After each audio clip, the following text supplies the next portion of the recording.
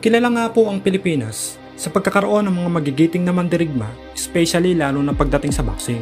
At kung power lang naman ang kamao ang pag-uusapan, ay masasabi natin na hindi magpapahuli ang ating mga kababayang Pinoy pagdating sa ganyang larangan.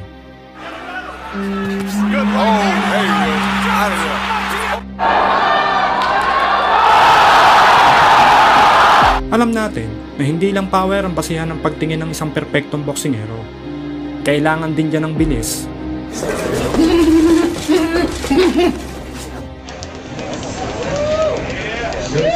perfect timing,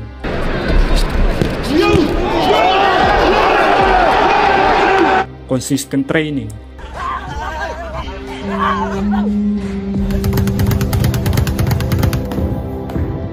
at ang pinaka-importante ay ang pagkakaroon ng isang magaling na boxing trainer.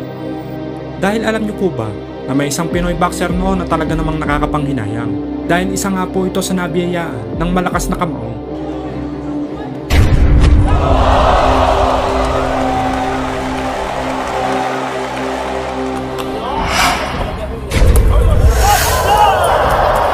Subalit hindi nga po nakatagpo ng isang matibay na promoter, kaya hindi naglik ang kanyang karera. At dito natin sisimulan ang ating kwento. 24 wins, 20 losses, at 4 na tabla. Yan ang kasulukuyang kartada ng tinaguriang El Diluvio ng Misamis Occidental Northern Mindanao na si Ray Tacoge Megrino. Marahil sa unang tingin, sa dami nga po ng talo nitong si Megrino ay iisipin mong isa lamang itong mahinang nilalang at isa lamang itong talo ng boksingero. Yung tipong ginagawang pantune na fight sa mga papasikat pa lamang na boksingero.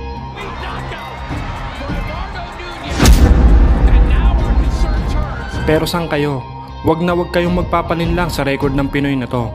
Sabihin na nating hindi kagandahan ang kanyang record.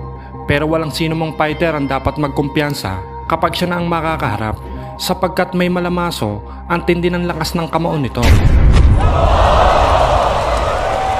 Sa katunayan, kung ating babalikan ang naging laban niya noong taong 2013 kontra sa nooy rank number 9 pound for pound at former 2-time lineal flyweight champion na si Ponsaklek Wonjokham para sa titulong international flyweight title, ay mapait nga po ang sinapit ng taga-Thailand sa kamay ng ating kababayan. Sa labang ito ay iniisip ng lahat, lalo na ng mga kababayan nito si Ponsaklek, na isipait lang ang Pinoy dahil nga po sa hindi kagandahang record nito. Kumbaga, literal na pantune na fight lang itong si Megrino sa laban at matik na talo na. Hindi naman natin sila masisisi, sapagkat kung ikukumpara mo nga naman ang kartada ng kanilang pambato na may 87 wins, 46 knockout, 4 na talo lamang, kumpara mo nga naman sa ating kababayan na may 17 panalo at 20 talo, ay talaga namang kitang-kita na lamang ang taga-Thailand.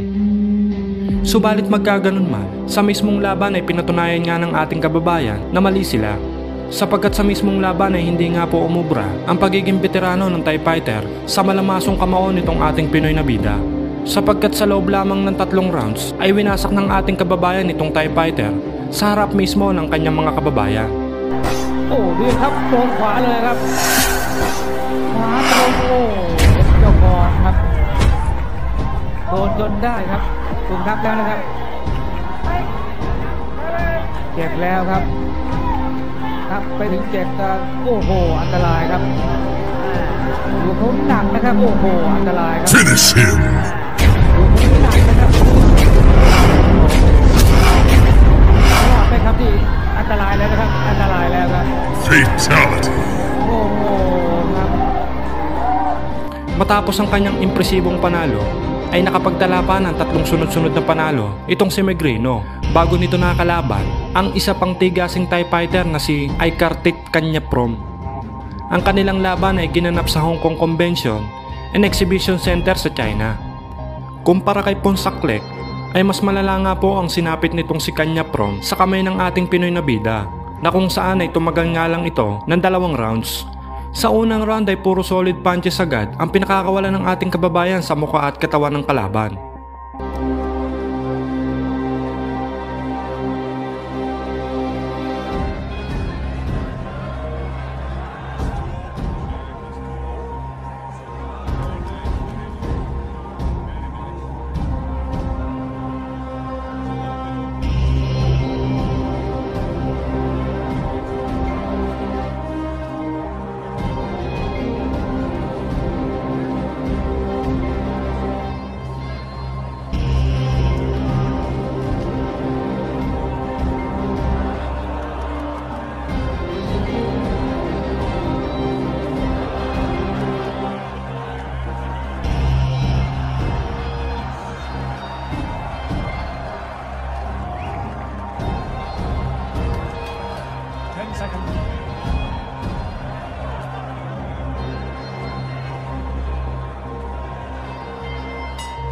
At pagpasok nga po ng round 2, halos 1 minuto pa lang ang nakakalipas. Sa unang pagkakataon ay bumagsak nga itong taga-Thailand matapos tamaan ng isang solid na kanan.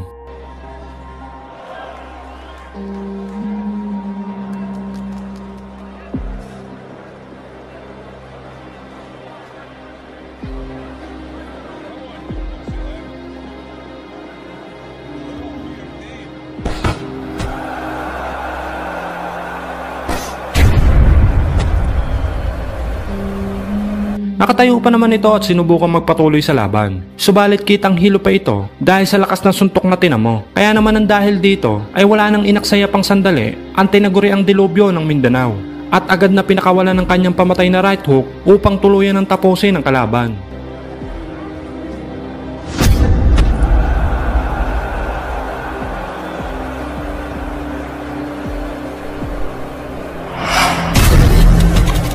At dahil nga po sa tindi na suntok na tumama sa mukha nitong taga-Thailand, ay literal nga po na nawalan nito ng malay.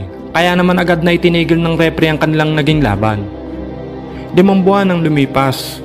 Taong 2017 ay kinuha muli ng top rank itong si Ray Megrino para lumaban ulit sa Hong Kong.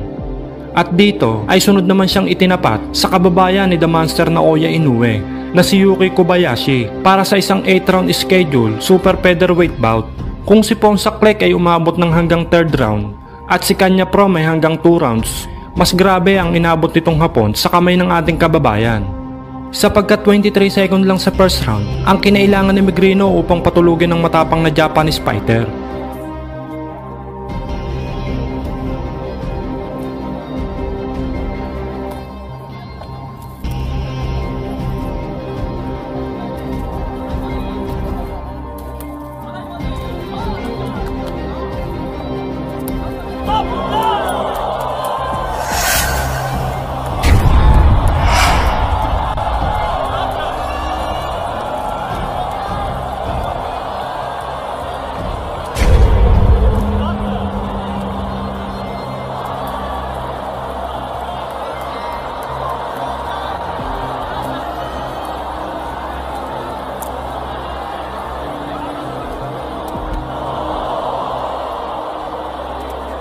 Matapos ang naging laban, ay hindi na nga po nasilayan si Megrino sa ibabaw ng lona.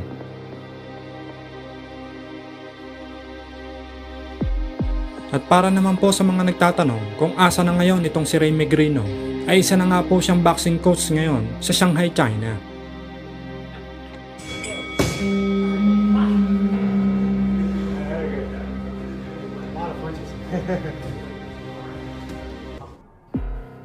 Matapos ang impresibong pagkapanalo ng ating kababayan at ang tinaguriang asero na si Vincent Astrolabio, kontra nga po sa legendary Cuban fighter na si Guillermo Rigondo.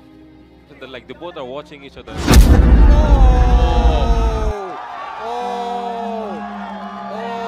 That was...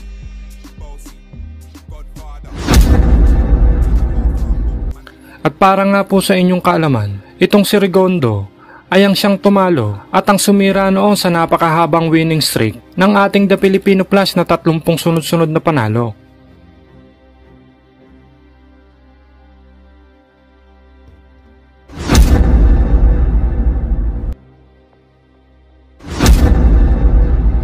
Kung kaya naman, marami talagang Pinoy boxing fans ang napabilib dito kay Astro Boy nang wasakin niya sa laban itong si Rigondo. At marami din ang naniniwala na itong si Astrolabio ay mapapabilang sa Pinoy World Champion dahil sa angking lakas at abilidad nito pagdating sa ibabaw ng lona.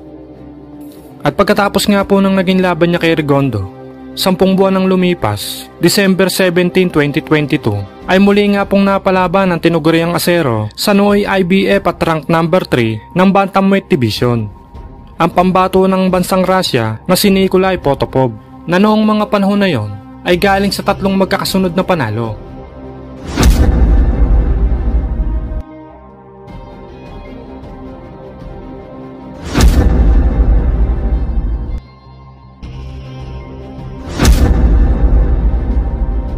November 8, 2014 nang mapasakamay nito ang bakanting WBA Asia Bantamweight title. kontra nga po sa isa nating kababayang Pinoy na si Jason Canoy.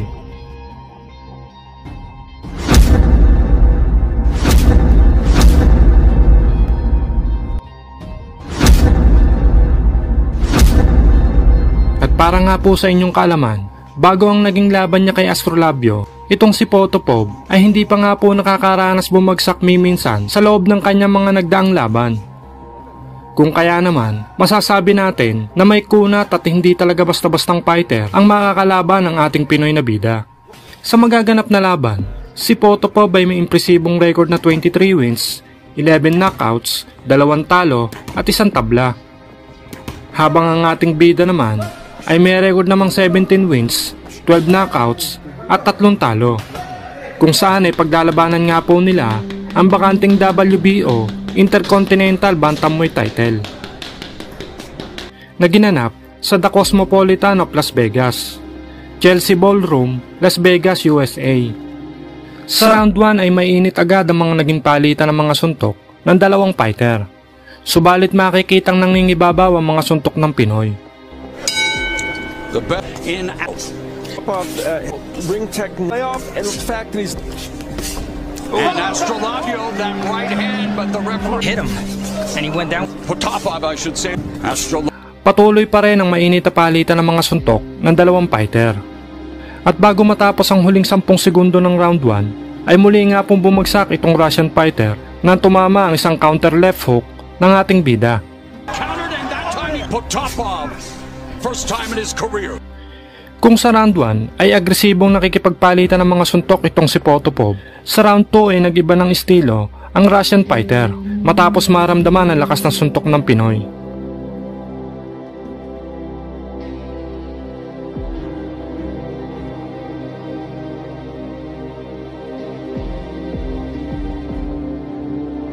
He left hook by Potapov return. And Astrolabio after an 18-month layoff. And there is around the moves forward with double the middle there. I didn't work that body a bit, but he lands 50 to the body. So we'll see if this fight, if he can keep doing that.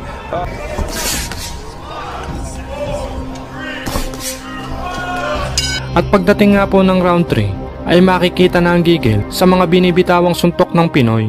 Halatang gusto nang tapusin ang laban. Potapov's 20 victories have come knockout, just missed. Astrolabio waiting for this cannot. Gotta go back to how he's. There's a left hook upstairs for Astrolabio, another left hook. And a right. Lead right for Potapov. Much of a difference in what they've landed. Man is a monstrous. Astrolabio really doesn't. Upstairs by misses with the overhand right. On the final 30. Astrolabio is showing what he was capable of. At sa round 4 ay napakainit pa rin ang palitan ng mga suntok ng dalawang fighter. Parehas hindi nagpapalamang at hindi magpapatalo sa laban. I mean, defensive victory, one of the few times this footing in this fight. Where circle warning both. The first, second round he was doing great because he would just come in. Great job for Potapov. There's a left by Astrolabio. We close out the 4th frame. At pagdating nga po ng round 5, halos mag-iisang minuto pa lang ang nakakalipas ay sumapol ang isang solidong uppercut sa mukha nitong si Potapov. Dahilan para mapaluhod ito at mabilangan ng referee. Tumayo pa rin naman ito at nagpatuloy sa laban, kung saan ay hahangaan mo nga rin talaga itong si Potapov. Na bagamat sa dami ng suntok na sinalo ng kanyang mukha ay nagawa pa rin itong magpatuloy sa laban. By Potapov goes to the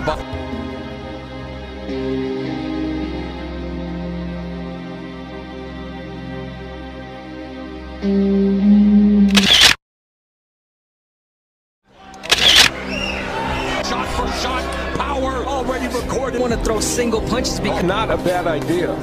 4 punch the jab for Potapov, and he lead left. You know he's not going for the kick. To deliver his promoter Pac-Man a Gale's 44th birthday dropped twice, and now Potapov trying to come back high guard. And part of the problem for we've mentioned it once or twice, but it might bear repeating. Known as a technical. At pagdating nga po ng round 6 ay dito na tuluyang tinapos ng ating bida ang paghihirap nitong si Potapov.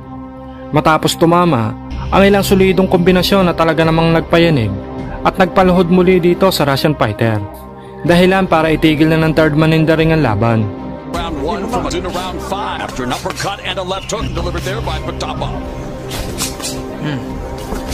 Potapov trying to in his feet and especially the face. chopping right hand. That's Potapov.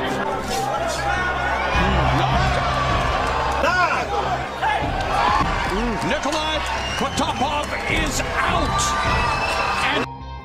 At itinanghal ng panalo ng ating kababayan via technical knockout.